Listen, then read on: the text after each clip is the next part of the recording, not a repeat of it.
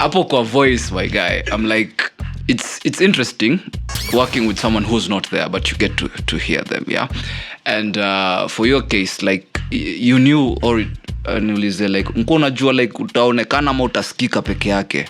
I think the director had told me that Stonekan is just the voice. Just voice. So how was it like you getting to like work with just the voice to bring out like the different emotions, like the fear, the time you just come confessing like what you're going through, you have a kid, nini, you're trying to live that life, and all these other aspects like just on Devo, just using his voice. What was it like for you? For me, naweza sema nilijieka in that situation, as in this guy is on a phone and he's in a room peke yake, so it was like the same too tukirecord. Niko in a room, the mic was my phone, and you know, so ni mimi na kuongelesha hapo. I just imagine niwewe na kuongelesha on the other side. Niko in this situation, just help me manze, just help me. And imagination pia ilinisaidia sana. Imagination, as in the script was well written, what is happening, even the director beside me alikuwa ananisaidia, by the hapa nikaa umekimbia juu, and upstairs you're going down, viondo hizo zinaangushwa na bullets, they are there, so everything, imagination ilinisaidia sana. And I think it was like a dream, and then najieka inside that dream and nakusikia, and that was that. Because I won't lie, like just listening to you when Edu played the tape, like listening to you, it was interesting because you can hear the panic, you can hear the tension, you can hear the fear, you can like you hear all this from what you're saying, or how you say it, yeah. Like ukipanic, like your voice just is like, it's how do you say it? It's not stagnant, yeah. It's just, yeah. So you feel like, hey, okay, this guy's going through a lot right now. Namsaidia aje. Like this guy is technically asking for help. Hey, okay, and you hear the sense of like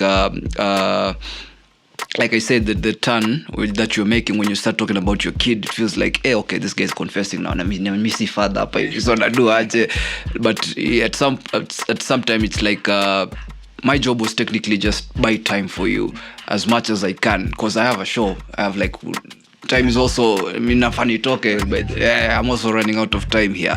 So I just try as much as I can just to keep you on the line. Do you at least like let the people hear what you're going through, the panic, the need, the fear, your story technically, so that just keep you alive, just by time for you. Then unajua pia it was a matter of life and death. So then a situation yenye Ndivyo yuko, what makarao mejapo inje, and actually seeing the video ya news, ulikuwa unaona makarao kwa gate wana shoot kwa, so having that in mind unajua this is it manzi. By the way, hapa tu najaribu kuambia Rango nisaidie, but deep down as I was doing on Ndivyo nilikuwa najua, as on Ndivyo najua manzi tuna dedi, ni leo, it's today manzi, ni leo. And for the police commissioner now, like I said, there was just that line up hivyo, there was a split difference kabisa. Huku kuna panic, huku hata kumbe tulia. It's like, yo, any job, this shit happens every day, yeah. Like hey, how is it for you, like just using the voice just to portray the calmness, the authority, the, you know what, I'm not backing down on my word, what I said is this, and if it happens otherwise, well, these things happen, yeah, you know, yeah. Like bana mtu sota uonyesha ka compassionate kidogo, like you're there, you're owning it, like yo, this is my show, this is how I run things here.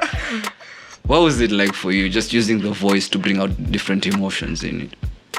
I found that interesting, actually. Honestly, I did have a couple of takes. Because, just to get into the character properly and make sure that it's being done, the right way, and you're bringing across exactly the emotions that you're talking about. For me to be able to channel the character, I felt I had to fit in to his shoes, try and understand his mentality.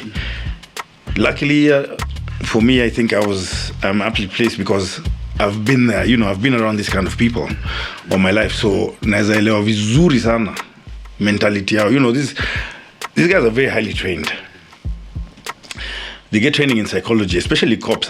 They get trained in psychology. They get trained in negotiation skills, etc., etc., etc. So they're able to just assess a situation or get a read on a person just from body language. So you can imagine now, after all that has transpired and whatnot, for me now to be able to come in and sit back and think, okay, huyu jamaa alikuwa na reason aje hapa. Sawa, anasema hii ni hivi. You know, anasema hapa no, this is my show, it's going to be this way. Haiwezi enda vile unataka, nini. But how is he reasoning? Does he really mean it? Is he convicted? So there was a lot of contemplation, so to speak. You know, how best can I approach it? But like I said, Edu did a very good job of reminding me, hapa kuna authority fulani lazima ukuwe nayo. So once I found that footing, I think I found it fairly easy. And it also helped that, like I said, I agreed with, you know, the course of action that he was taking. I think in his position, I would have done the exact same thing. So I didn't find it too hard. To be honest. I thought it was a fairly good role. I liked channeling the police commissioner. I wish I would have actually met him, had a word with him, and just understood, you know, because there's always the aftermath. There's always what you're going through at the time. You know, I wish I would have also had some input from him. So I hope I did a good enough job of portraying him.